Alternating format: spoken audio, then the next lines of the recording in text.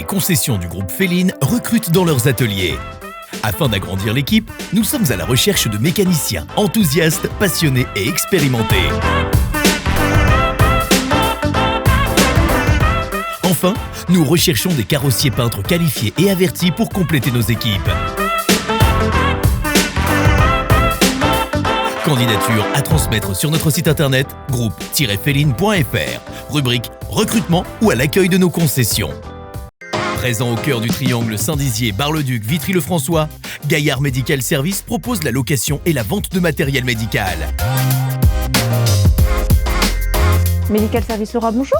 Spécialiste dans le transport sanitaire de personnes depuis plus de 40 ans, l'équipe est à votre écoute pour vos transports urgents ou programmés.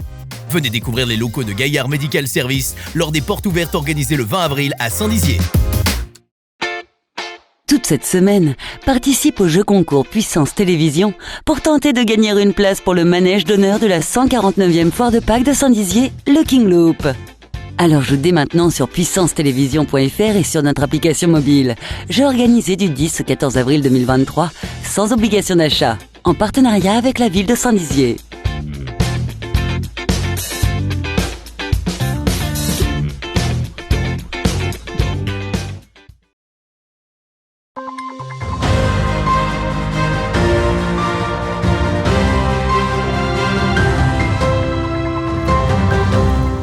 Bonsoir à toutes et à tous. Mardi 11 avril, voici les titres de l'actualité de ce 15 Info.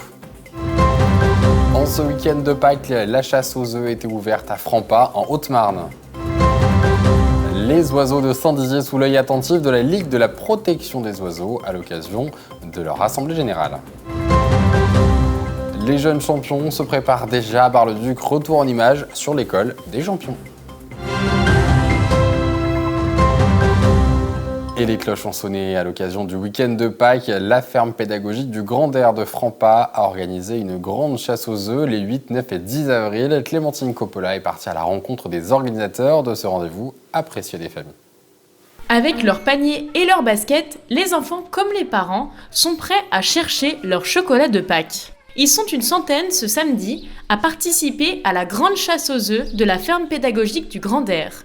Et cette chasse est bien différente des autres. On n'a pas mis des chocolats partout dans le terrain pour pas que les enfants, les premiers arrivés, mangent tous les chocolats. Donc on a caché des œufs en plastique de différentes couleurs et chaque couleur permet aux enfants de faire une activité différente. Un œuf donne accès à une des activités. Et les enfants ont le choix. Peinture sur œuf, pêche au canard ou encore questionnaire sur la ferme. Vous avez les noms ici, il faut que les enfants ils les remettent en place. Pareil avec les œufs, les escargots et puis d'autres graines. Et bien sûr, après l'effort, le réconfort. Après avoir participé à une animation, les enfants gagnent des chocolats.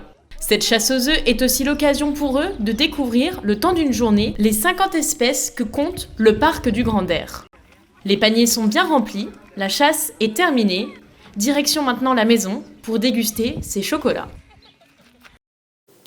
Et samedi 8 avril, à l'occasion de l'Assemblée générale tenue par la Ligue de la protection des oiseaux de Champagne-Ardenne à Saint-Dizier, une sortie publique était également programmée. L'objectif, sensibiliser à la prévention de la biodiversité. Retour en images avec un reportage de Thiago Kargovic.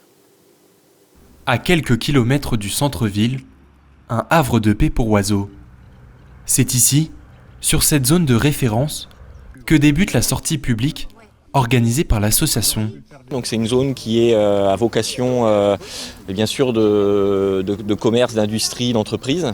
Mais alors ce qui est intéressant sur cette zone-là, c'est que on allie la biodiversité, donc avec des bassins, etc., qui ont été créés pour récupérer les eaux pluviales, mais qui sont faits de façon naturelle. Donc ça permet de concilier les deux activités de façon, on dira, pas trop mal pour la biodiversité. Zone humide, roselière, prairie, cet espace regorge d'oiseaux de différentes espèces. C'est aussi le terrain de jeu des experts qui s'amusent à les identifier. Au début de la haie à droite, là, plutôt vers le bas, à peu près 1 mètre au-dessus des arbres. Voilà, ils s'envolent. Aujourd'hui, on est au printemps, donc les oiseaux chantent et c'est très facile de reconnaître chaque espèce avec son chant. Donc là, on entend le brant des roseaux, il a un chant qui ne lui appartient qu'à lui. Et donc, à force de les entendre, à force de les écouter, on sait les reconnaître au bout de quelques strophes, quoi. En l'espace de 30 minutes, le public a déjà vu une vingtaine de volatiles. Mission réussie pour l'association, qui cherchent à sensibiliser le public sur la préservation de la biodiversité. Et aujourd'hui, on alerte aussi sur le fait que cette faune commune, ces oiseaux communs là, connaissent aujourd'hui des difficultés. Et une des réponses pour que les oiseaux se portent mieux, c'est justement de mieux gérer leurs habitats, parce qu'une des grandes causes de leur disparition, c'est la destruction de leur habitat. Le combat ne s'arrête pas là. L'après-midi, la Ligue de protection des oiseaux Champagne-Ardenne a tenu une assemblée générale extraordinaire. L'occasion de dresser un bilan positif pour l'association qui fête ses 50 ans cette année. Les jeunes écoliers de Bar-le-Duc étaient d'humeur sportive avec cette nouvelle édition de l'École des champions, un challenge éducatif et populaire pour donner le goût de l'effort et du sport. Toby Piron était sur place. 3, 2, 1, top départ pour la première édition barisienne de l'École des champions. Objectif, donner le goût du sport à ces jeunes écoliers tout au long de l'événement. Au programme, prévention et sport collectif sont de la partie. Développer le goût de l'effort, qu'ils aient envie de faire, qu'ils aient envie de bien faire. Et puis, les enfants, ce sont les meilleurs ambassadeurs, en fait. Tout ce qu'ils vont apprendre à l'École des champions, la première chose qu'ils vont faire en rentrant chez eux, ils vont montrer à leurs parents, notamment au niveau de l'économie d'énergie, au niveau du traitement des déchets, au niveau du chauffage. Enfin, il y a plein de choses qui peuvent être mises en application par les enfants. Donc c'est un effet immédiat en fait. L'École des champions propose un challenge en faveur des valeurs d'humanisme, de fraternité et du goût de l'effort à destination de la centaine d'élèves de CE2. Chez les jeunes encadrants, cette transmission de valeurs est le maître mot. On essaie de leur faire passer des valeurs comme la solidarité, le respect des autres et l'entraide. Les valeurs du rugby, c'est surtout le respect, quoi. Là, c'est vraiment la valeur de base. Et aujourd'hui, c'était faire un peu rentrer le sport déjà dans cette journée et puis que les enfants s'amusent et qu'ils n'aient pas d'appréhension avec le rugby, parce que c'est pas forcément un sport violent comme on le véhicule maintenant. L'avenir n'a qu'à bien se tenir face à ses futurs champions. Et voilà, c'est la fin de cette édition. Regardons l'avenir du ciel avec les prévisions météo de demain. Très bonne soirée sur Puissance Télévision. Toute l'actualité qui vous concerne, à voir et à revoir dès maintenant sur puissancetélévision.fr et sur notre application mobile.